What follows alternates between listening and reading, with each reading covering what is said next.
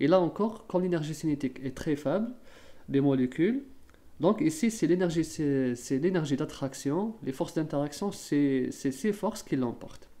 Donc on peut faire juste un schéma, là chez l'énergie cinétique est supérieure à l'énergie d'interaction moléculaire. Là, l'énergie cinétique, on va dire, elle est, bon, on va pas dire elle est égale, elle est équivalente à la force d'interaction, mais on va dire, c'est-à-dire, elle tend vers la force, vers l'énergie d'interaction moléculaire. Elles sont presque proches entre elles, et là, l'énergie cinétique, on peut dire qu'elle est plus faible que l'énergie d'interaction moléculaire.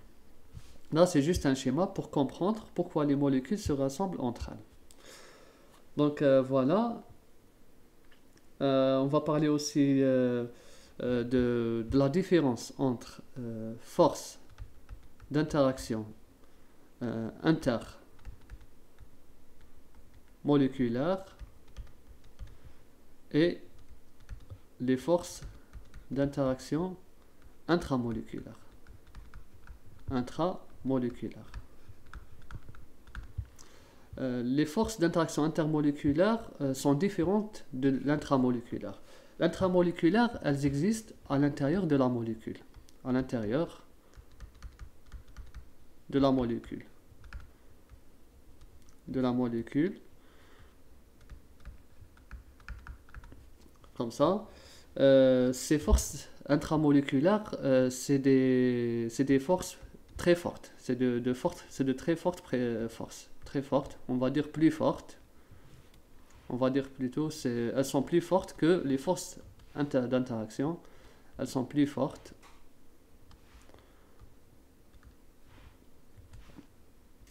Elles sont plus fortes que les intermoléculaires.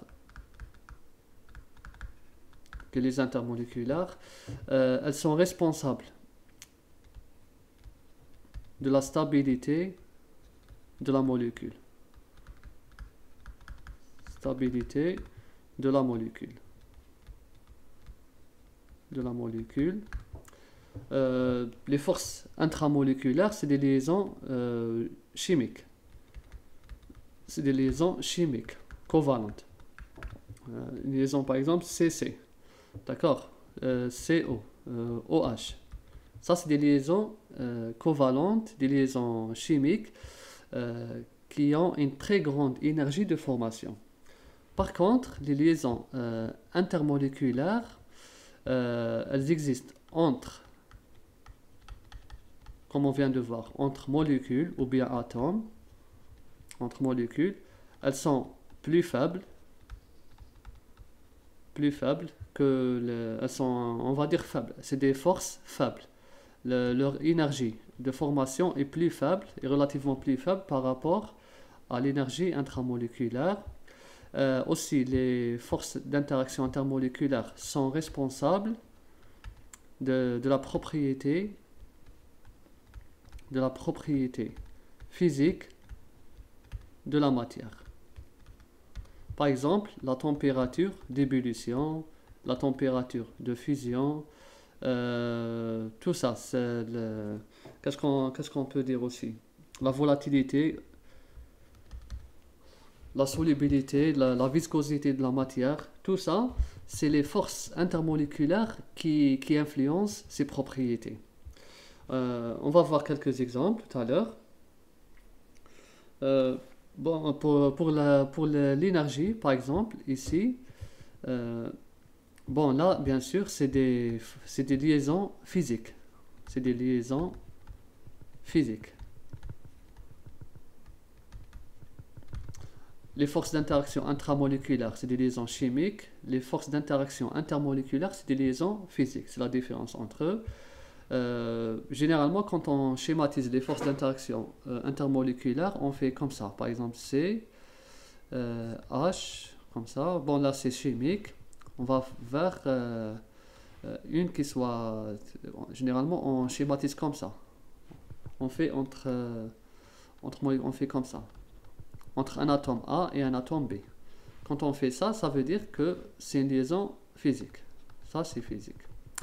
Un exemple, on sait que pour voir la différence de cette force, généralement on évalue la force, la force d'interaction entre molécules, à partir de la température d'ébullition.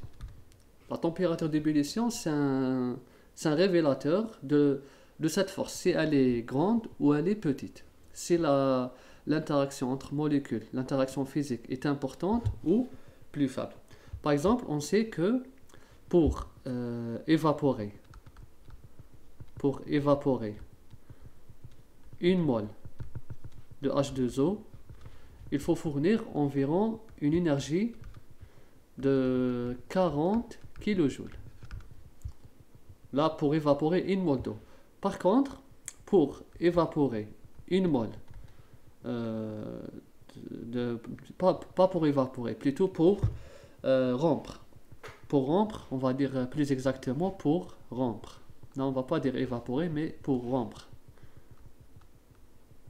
Rompre une mole de liaison HO de la molécule H2O, il faut fournir environ une énergie de environ 930 kJ. Donc on voit cette différence. C'est une très grande différence entre 40 et 930 et plus de 20 fois, environ 22 fois pour rompre la liaison OH. Pourquoi? Parce que là, c'est chimique. Par contre, les liaisons entre H2O et H2O, elle est physique. Donc on voit la différence entre une liaison physique et une liaison chimique. Et bien sûr, plus la liaison physique est importante, plus l'énergie qu'il faut fournir devient importante. Généralement, les liaisons physiques, leur intervalle se situe entre, on va dire, je sais pas, entre 0,5 jusqu'à 42 kJ par mole. C'est ça, généralement, les liaisons physiques ne dépassent pas cet intervalle, entre 0,5 à 42 kJ par mole, ou bien encore plus faible.